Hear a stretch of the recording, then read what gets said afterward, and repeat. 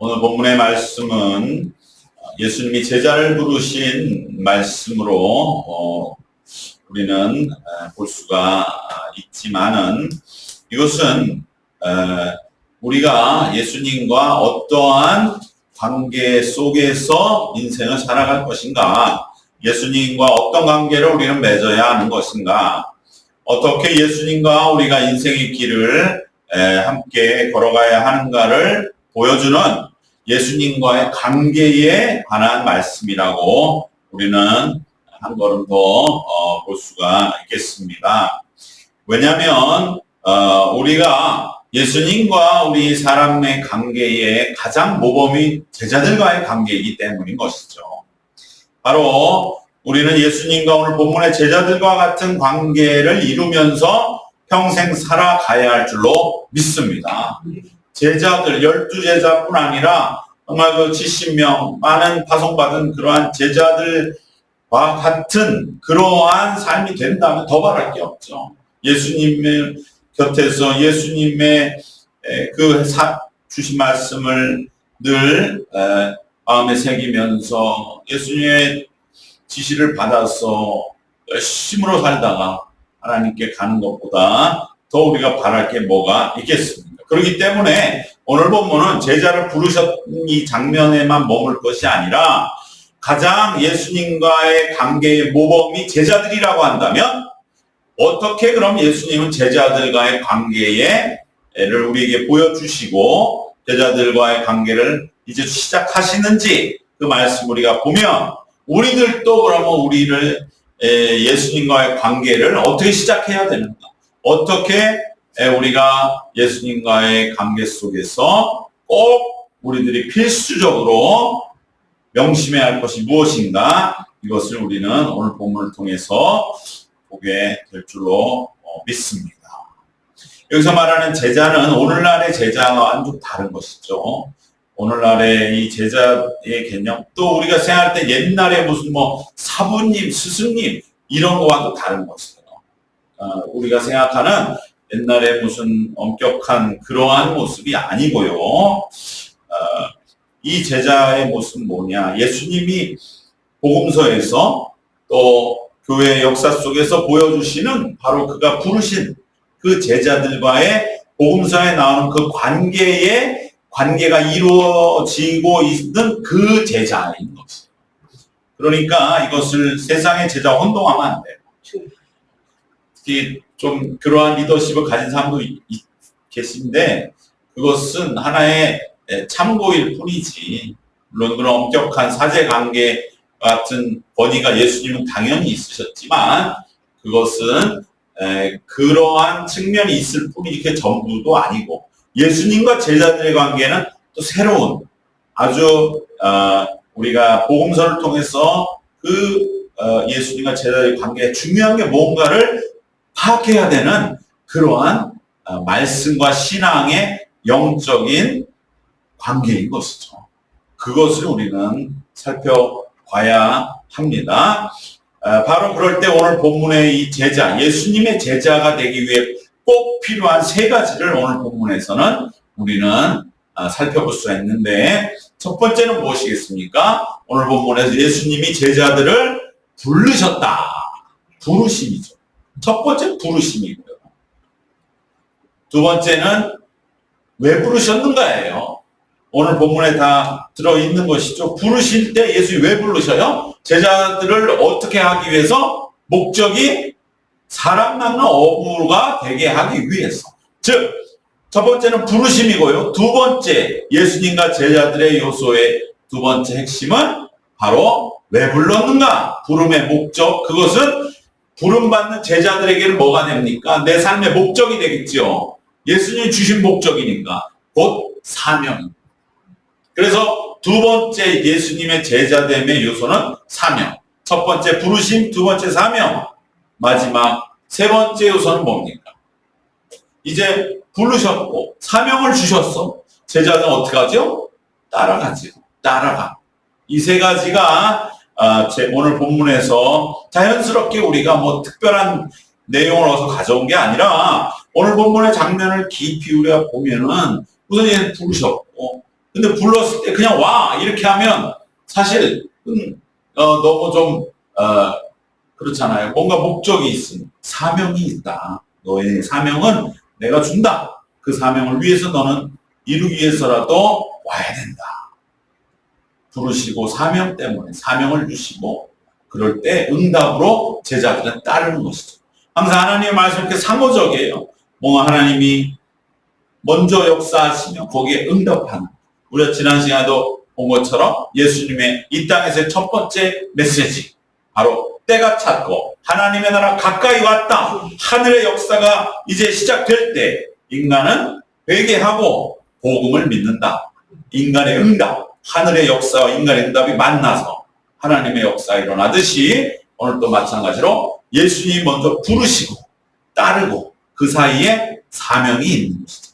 바로 이러한 요소들을 우리가 기억할 때에 나도 예수님과 그러면 관계 속에서 점검해야 할 것은 나에게 예수님의 부르심이 생생하게 살아있는가. 또 예수님이 나에게 주신 사명, 그것이 나에게 굳건하게 지금 자리 잡아 있는가. 또 예수님을 나는 따른다고 하는데 정말 따르고 있는가. 이 세 가지를 점검해 보면 우리들도 제자와 같은 제자됨의 반열에 이제 점점 나가게 되는 줄로 믿습니다. 오늘 이 세 가지를 하나씩 살펴보면 먼저 첫 번째는 부르심이 있습니다. 예수님이 부르신 것이죠. 우리가 너무나 잘 아는 말씀 아닙니까? 어부라 고기 잡고 있는 이들, 배에 있는 이들을 부르신 거예요. 바로 하나님의 역사는 이처럼 하나님의 은혜가 먼저예요. 지난주도 마찬가지예요. 때가 찼고 하나님의 나라 가까이 왔다. 이것은 인간이 아무런 힘과 노력을 할 수도 없는 일인데 하나님 먼저 일방적인 은혜와 역사로 때를 채워주시고 하나님의 나라를 이 땅으로 내려보내 주신 것이죠. 예수님의 성육신을 통해서. 일방적인 하나님의 은혜가 먼저입니다. 이것이 바로 다른 종교와 결정적으로 다른 점이죠. 그래서 우리가 주장하는 것입니다. 다른 종교는 어떻습니까? 특별히 스승과 제자의 관계에서 항상 인간이 먼저 스승이 필요하니까 찾아가는 거예요. 먼저 결핍을 느껴서 스승을 찾아가서 배움을 청합니다. 중도 자기가 머리 깎고 저를 찾아간다.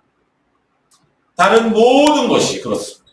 그러나 우리 기독교만 유일하게 하나님이 먼저 부르셨습니다. 놀라운 일이죠. 여기에 엄청난 신비가 담겨 있는 것입니다. 이것은 우리가 삶을 어떻게 보느냐의 관점하고도 정확하게 맞아떨어지는 것이죠.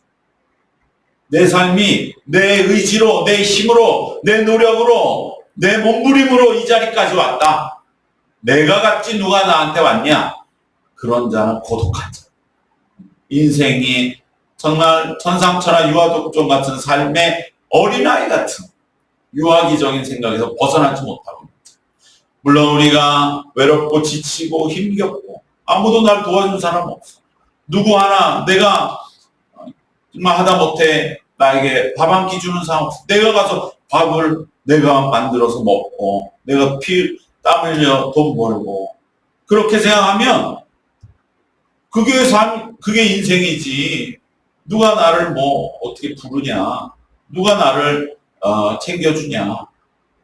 그러한 생각을 우리는 하며 살아가는 사람이 많지만은 그러나 그것은 인간적인 생각이요 마귀적인 생각. 마귀는 그 생각을 갖게 하려고 우리 인생을 힘들게 만드는 거죠.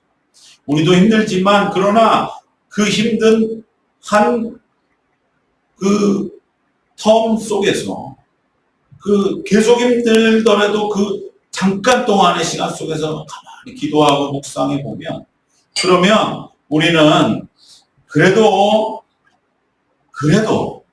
나에게 주어진 이 모든 것들은 누군가가 나에게 허락하고 주어진 것이다. 이것을 우리는 깨닫는 그러한 영원, 그러한 성숙한 인생이 되어야 하는 것이죠. 내 삶의 주관자와 주인이 결코 내가 될 수 없다는 것을 깨닫게 됩니다. 내가 수고해서 이 자리까지 왔지만 그래도 이건 내게 아니야. 바로 내 삶의 주인과 주관자는 결코 내가 될 수 없어. 오직 하나님. 여기까지 가면 이제 그는 부르심, 은혜의 첩경을 향해 나아가는 것입니다. 그럴 때 우리는 내게 주어진 은혜를 바로 볼 수 있고 참으로 은혜의 세계를 깨닫고 우리는 은혜 안에서 주어진 현실을 보는 눈이 열리고 현실을 이제 비로소 수용할 수 있고 감사까지 할 수가 있는 것입니다. 바로 부르심, 은혜를 쉽게 말하면 뭡니까? 내게 주어진 삶의 모든 현실은 은혜인 것이지 결코 나의 공로나 나의 노력이나 그 어떤 사탄의 농간이나 운명 같은 우연이 아니라는 것이죠. 우리가 힘들면 내가 뼈 빠지게 수고하고 하루하루 내 힘으로 버티고 있다고 여길 수 있지만 그 모든 삶의 모습조차도 하나님으로부터 주어진 것임을 우리들이 하나님 말씀하시는 영의 문을 두드릴 때 그 하나님의 문 두드림에 귀막지 말고 그래 내 인생 내가 결국 내 힘으로 살아가는 걸까? 아니야. 그럼 난 벌써 죽었지. 우리가 이만한 삶을 산다고 하는 것, 또 우리가 믿음을 지킨다고 하는 것, 하나님의 은혜거든요. 우리가 무슨 얼마나 대단해서 우리가 믿음 없는 나라에 뚝 떨어져 산다든지 정말로 하루하루를 정말 괴로운 인생을 살아가는 삶의 인생으로 우리가 보내졌더라면 우리가 어떻게 믿음을 정말 가질 수 있었는지 생각만 해도 두려운 것이죠. 그럴 적에 정말 하나님이 나를 힘들고 어렵지만은 그래도 믿음을 주시고 하나님의 은혜 가운데 오늘도 하루하루 살아갈 수 있도록 해 주신 것은 하나님의 은혜다라고 우리가 믿는 순간에 우리는 바로 지금의 힘든 삶에 담긴 하나님의 뜻을 주목하게 되고 그래 뭔가 뜻이 있으실 거야 라고 왜? 하나님이 주신 거니까 뭔가 뜻이 있으실 거야 라고 새길 수 있고 그럴 때 우리는 내 삶이 그냥 막연히 힘들기만 한 것이 아니라 내 삶 속에 새로운 뜻과 의미를 찾게 되고 그리고 현실을 이겨나가게 되는 줄 믿습니다. 바로 이것이 부르심이요 은혜가 먼저라는 것을 받아들이는 믿음입니다. 또 하나는 주님은 오늘 또 우리를 부르시고 계시고 그 부르심을 우리는 많이 놓치지 말고 오늘 나에게 주신 하나님의 부르심을 외면하지 말고 오늘은 안 부르시겠지 그런 날은 없습니다. 항상 주님 우리에게 무언가 우리를 이끌어 가시고자 하는 그러한 매일매일의 이끄심이 있는데 그걸 내가 놓치고 있을 뿐이죠. 내가 힘들고 지치다고 내려놓고 있는 우리의 마음을 늘 회개하면서 주님 나는 오늘 어디로 부르십니까? 어떻게 내가 응답해야겠습니까? 늘 우리가 깨어 있어야 할 줄로 믿습니다. 바로 이럴 때에 부르심은 우리를 믿음으로 사는 삶으로 비로소 이끌어가는 거예요. 우리가 교회 나온다고 믿음으로 사는 거 아니에요. 물론 생각은 하고 마음의 가책은 있겠지만 이 생각이 있어야 돼요. 내가 주님이 오늘 부르시는 그 부르심이 뭘까를 생각하면서 오늘 내가 그것에 제대로 응답하려는 그 마음을 지니고 살아야만 그때 우리는 믿음으로 사는 것이지 그건 좀 더 믿음 좋은 사람이 뭐 이런 교만한 말 하면서 자신을 믿는 자로 착각하는 그 마음은 참으로 우리가 피해야 할 줄로 믿습니다. 늘 하나님 어떻게 해야 되겠습니까? 주의 음성이 들리게 하여 주시고 주의 부르심이 나에게 오늘 또 원하시는 바에 내가 온전하게 응답하도록 내 삶을 내가 내 생각으로 이리 끌고 가고 저리 끌고 가고 하지 말게 하시고 정말 하나님 나에게 오늘 원하시는 게 뭘까? 그것을 우리들이 늘 귀 기울이며 사는 그 삶이 바로 믿음으로 사는 삶인 줄 믿고, 그것을 주님은 제자들에게 원하십니다. 그래서 제자들에게 첫 번째는 바로 부르심. 그래서 제자들에게 믿음으로 사는 삶의 자리로 제자들을 먼저 부르심. 생활로 배를 평생 몰며 그저 삶을 위해 사는 그러한 인생이 아니라, 그냥 인간으로서의 삶으로 사는 인생이 아니라 믿음으로 사는 인생, 그것을 위해서 제자들을 부르시는 그 부르심이 제자들과의 제자됨의 첫 번째 단계였다는 걸 기억하면서, 우리는 이제 정말 믿는 자로서 이 부르심을 날마다 기억하고, 하나님 어떻게 하길 원합니까? 하나님은 결코 우리에게 뭔가 단박에 대단한 걸 원하지 않으셔요. 우선 우리가 하나님을 찾는다는 것에 기뻐하시고, 대개는 하나님은 너 자신을 회복해라, 너를 좀 수습해라, 네가 얼마나 곤고하고 네 영혼이 얼마나 피폐했나를 하나님 보시기에 마음이 아프시기 때문에 너 자신을 수습해라. 그러기 위해서 더 하나님 안에 안식하고 더 영적으로 강건하게 회복되기를 원한다는 것이 하나님의 말씀이지, 하나님 우리를 부르셨다고 해서 뭐 해라 저거 해라 여기 쫓아다녀라 저기 가라 이러지 않습니다. 그렇게 신앙생활 피곤하게 막 한다고 하면서 하는 그런 사람들은 신앙 좋은 게 아니에요. 그 사람은 아직 부르심에 대해서 정말 깊이 하나님께 만남이 필요한 사람인 거죠. 그러한 은혜가 우리의 영의 새로운 믿음의 삶을 향한 싹을 틔워나가시기를 주님의 이름으로 축원합니다. 두 번째는 예수님의 제자됨의 두 번째는 아까 뭐라고 하셨죠? 사명. 그죠? 반드시 사명이 있습니다. 왜 그러냐면 예수님이 우리를 부르심에는 분명한 목적을 제시하시기 때문이죠.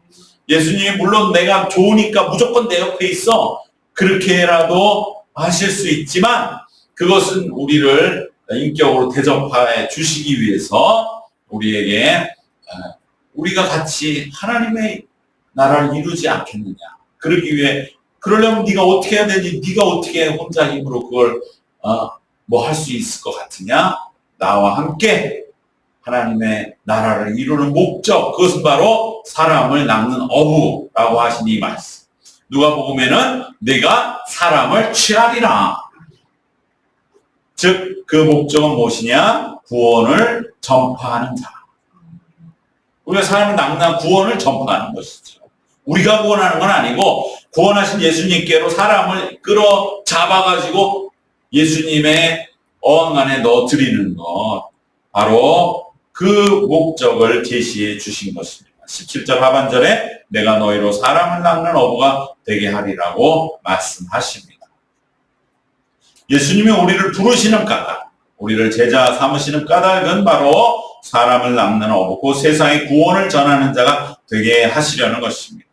사람을 구원하기 위해 예수님이 우리에게 가르쳐 주시는, 바로 스승과 선생님으로서 특별히 제자들이 우리에게 가르쳐준 구원의 길은 무엇입니까? 그것은 바로 모든 것을 내어주는 십자가의 길이었습니다. 여러분, 이 일이 어떻게 쉬운 일이겠습니까? 어떻게 단박에 되겠습니까? 그러나 예수님은 이 십자가의 길만이 영혼을 구원하시는 길이기 때문에 우리들에게 그러한 사명을 이루기까지 우리를 양육시켜 주시고 성장시켜 주시고, 우리도 작은 십자가지만 지고 갈 수 있을 때, 이럴 때까지 책임져 주시겠다. 그 예수님의 사명을 믿고 우리의 삶의 목적으로 삼아서 이 사명을 우리들도 감당해 나간 그날까지 우리들도 예수님이 우리를 부르셨음을 믿고 자신을 십자가에 내어줄 수 있도록 점점 훈련되어 나가야 할 줄로 믿습니다. 마지막 세 번째, 예수님의 제자됨의 마지막은 우리들의 응답으로서의 뭐죠? 따라감이죠. 따라감. 근데 여러분, 이 따라간다고 하는 것, 이것이 또 우리가 조심해야 됩니다. 따라간다고 하는 게 흉내내는 게 아닙니다. 모방이 아니에요. 그래서 우리가 예수님을 따른다 하면 괜히 거룩한 척하고 옷 이상한 옷 입고 이런 거에 신경 쓰는, 그건 예수님을 흉내내고 모방하는 걸 따라가는 게 아니에요. 예수님을 따라가는 것은 무엇이냐? 예수님의 바늘걸음, 반발짝 뒤에서 예수님이 어디를 가시든 동행하는 것이 예수님을 따라가는 것인 줄로 믿습니다. 예수님이 눈길을 가시면 같이 눈길을 가는 것. 예수님이 비를 맞고 가시면 같이 비를 맞고 가는 것. 이것이 따라가는 것. 그러면서 예수님이 눈길을 헤치는 걸 보고 배우는 거죠. 또 예수님이 비를 맞고 그 비를 피하는 그 모습을 보고 배우는 것이죠. 이것이 따라감이지 흉내내는 게 아니라 이 말이에요. 우리는 이 따라감을 잘못 해석하면은 이상한 사람들, 자기가 그렇게 보이는 것만 생각하는, 좀 뭔가 예수님처럼 된 것처럼 누가 인정 안 해주나, 이러한 희한한 사람 되기 안타까운데, 따라간다는 거 간단한 거 아닙니다. 그냥 따라가면 되죠. 그게 아니에요. 예수님이 여러분 누구와 같이 여행 가면 그 가는 사람 주관자가 다 해주는 게 아니잖아요. 그러한 다 해주길 바라면 자기는 아무것도 안 하고 지켜보는 사람을 뭐라고 해요? 그래서 부담스러운 사람은 같이 여행을 갔으면 그 사람이 물론 주관해서 가더라도 내가 가서 알아보고 같이 뭐라도 도와서 같이 그 여정을 가는 것이지, 네가 데리고 왔으니 네가 해, 나는 뒤에서 편하게만 있다가 일로 오라면 일로 가고 밥 먹으라면 밥 먹고, 그건 따라가는 게 아니에요. 그건 부담되고 있는 거예요. 예수님에게 우리가 부담되고 있는가? 정말 내가 예수님과 함께 따라가고 있는가? 이걸 구별해야 돼요. 교회도 마찬가지죠. 어디 잘하는지 한번, 나는 이만큼 했으면 됐지. 나 건들지 마. 나 여기까지 고마워 하나 모르겠어. 따라가는 사람이야. 그런 사람 나중에 떨어지죠. 예수님도 마찬가지예요. 따라가는 건 뭐냐? 같이. 눈길을 같이 했죠. 같이 했지. 같이 길을 걸어가면서 이겨나가는 법을 배우고, 그러면서 나도 설 수가 있는 것이죠. 이것이 따라감이 되는 것입니다. 더 심지어는 마치 따라간다는 것을 예수님을 그냥 응원해 준다. 예수님이 하시는 일에 내가 동의해 주고, 나는 따뜻한 집안에서 텔레비 보고 그냥 마음속으로 예수님 생각하고, 그리고 예수님이 힘들어서 어쩌다 만나면 도와드리고, 이걸 따라간다고 생각하는데 그것도 따라가는 게 아니라, 눈이 오면 같이 눈을 맞고 눈길을 같이 헤치고 비를 같이 맞는 것이 따라간다. 우리가 정말 착각하지 않도록 이 따라간다고 하는 것은 간단한 일이 아니다. 그런데 이 따라간다는 것이 얼마나 중요한가? 우리는 생각할 때 예수님은 믿는다 이렇게 생각하거든요. 예수 믿고, 그런데 예수님은 정작 나를 믿으라는 것은 처음에 말씀하시지 않고 마지막 돌아가실 때 너희는 마음에 근심하지 말라. 하나님을 믿으니 또 나를 믿으라. 그러나 예수님이 그 전에, 훨씬 전에 하신 말은 뭐예요? 오늘 본문의 말씀처럼 나를 따라오너라. 17절 예수께서 이르시되 나를 따라오라. 내가 너희로 사람을 낚는 어부가 되게 하리라. 나를 믿으라 보다 예수님이 먼저 하신 말은 나를 따라오라 했다는 걸 기억할 때, 우리는 신앙생활이 그저 예수 믿고 구원받고 예수 믿고 예수 믿어서 교인되고 예수 믿어서 천국 가는, 그게 아니라는 거예요. 그건 나중이고, 우선 예수님이 원하신 거는 나를 따라오라. 그만큼 따라오는 신앙이 우리의 믿음 생활에 가장 중요한 요소가 된다는 걸 우리가 기억할 때, 사실 믿음은 따라가는 것 속에 이미 포함되어 있어요. 믿어도 안 따라갈 수는 있을지 몰라. 물론 이거 이제 다른 신학에서는 믿는데 안 따라가는 건 믿지 않는다 이렇게 말하겠죠. 그래서 믿음이 없다. 이게 이제 보통 장로교는 그런 식으로. 그래서 안 따라가는 사람 있죠. 믿는데도 안 따라가는 사람. 즉 신앙생활 하면 좀 뜨뜻미지근한 사람. 그런 사람들한테 장로교는 뭐라 그래요? 너는 믿음이 없어. 믿음을 강조한. 죽어도 믿음이야. 믿음이 없으니까 안 따라가지. 근데 우리 감리교는 여기에 미묘한 차이겠네. 넌 믿음은 있지. 근데 왜 못 따라가겠니? 뭔가 믿음은 있는데 못 따라가는 걸 우리는 그냥 그대로 이해해 준다 이 말이에요. 그걸 믿음이 없다고는 안 해. 근데 왜 못 따라가냐? 거기에 있어서 네가 머물러 있어서는 안 된다. 따라가는 것이 꼭 필요하고 그래야 믿음이 더 굳건해지고 그것이 신앙의 더 중요한 일이라고 하는 것에 대한 그 마음만은 모아서는 안 된다. 너는 믿음은 있어 분명히 라고 인정을 해주는 거예요. 감리교는. 근데 따라가는 것도 절대적으로 중요합니다. 이거를 결코 놔서는 안 돼. 그래서 따라오라 예수님을 닮고 배우고 그래서 막 이거저거 활동도 막 하자 이렇게 하는 게 이제 감리교 방향이라면 장로교는 넌 믿음이 없으니까 안 따라가는 거야. 기도해. 회개해. 이런 방향으로 마찬가지예요. 목적은 결국 따라가게 하는 게 목적인데 믿음이 없다고 막 그 부분을 야단치느냐 강조하느냐 아니면 믿음은 있다. 그런데 왜 못 따라가는가 그 부분을 우리가 매달려보자. 이것이 우리 감리교의 신학인데 중요한 것은 따라간다고 하면 이렇게 단순한 게 아니라 우리가 따라가는 것에 어떻게 보면 우리 감리교인들은 더 초점을 주고 따라간다. 그래서 따라간다는 건 자칫 잘못하면 어떻게 됩니까? 행동신앙처럼 보이는 거잖아요. 그러면 천주교 비슷해지는 거예요. 그래서 장로교에서는 감리교는 좀 천주교 비슷해하는 이단으로 가는 거 아니야. 이래서 그 말이 나와요. 따라가는 걸 너무 강조하니까 그것이 잘못하면 행위신앙으로 간다 이 말이죠. 근데 그게 아니고 기본은 똑같은데 우리는 못 따라가서 지금 힘들어하는 사람들. 신앙생활 할 적에 나도 예수님처럼 그렇게 살고 싶은데 너무 힘들어. 믿음은 있어. 믿음은 지키고 싶어. 근데 내가 실제 못 쫓아가고 있어. 그러한 자들에게 믿음 없어. 이렇게 하는 것보다는 우리는 그래 너 믿음은 있다. 인정해 주겠다. 그런데 우리가 왜 못 따라가느냐? 한번 같이 가자. 힘을 내자. 예수님이 우리를 기다리신다. 우리를 부르신다. 같이 가자.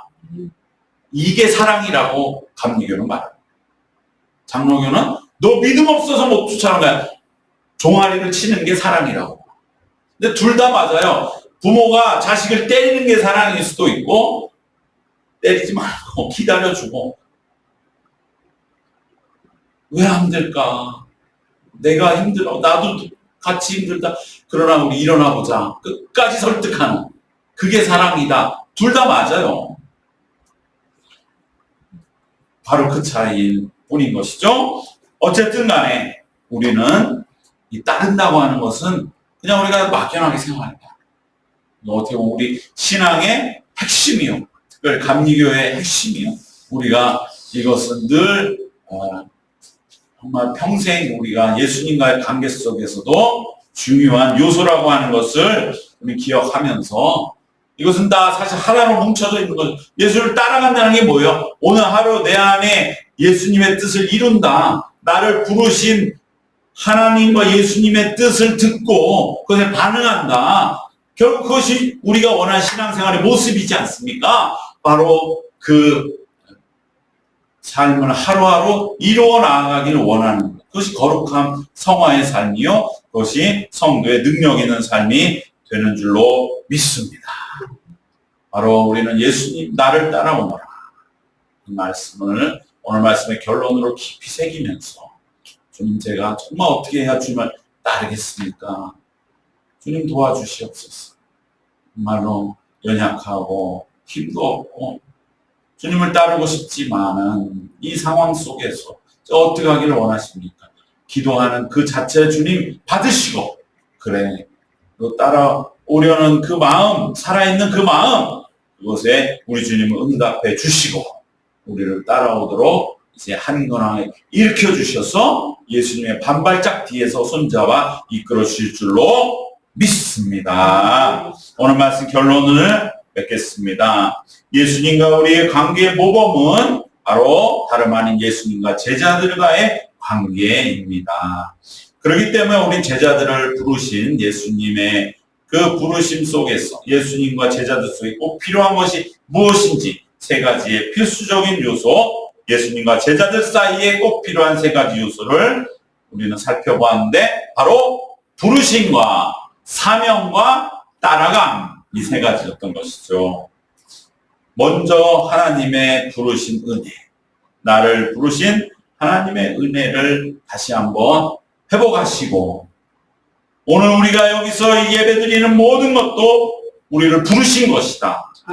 그것을 우리는 다시 한번 회복하면서 부르신 목적이 되는 사명, 곧 영혼을 구원하는 우리의 인생과 삶의 목표를 꼭 마음에 다시금 새기시고 품으시고 우리 예수님의 뒤를 따라 눈이 오면 눈길을 비가 오면 빗길을 함께 걸으며 우리가 스스로 그 길을 헤쳐나갈 수 있을 때까지 예수님과의 제자와의 관계를 우리는 충실히 본받아서 우리 자신을 예수님의 제자로 성장시켜 가시기를 주님의 이름으로 축원합니다. 기도하겠습니다.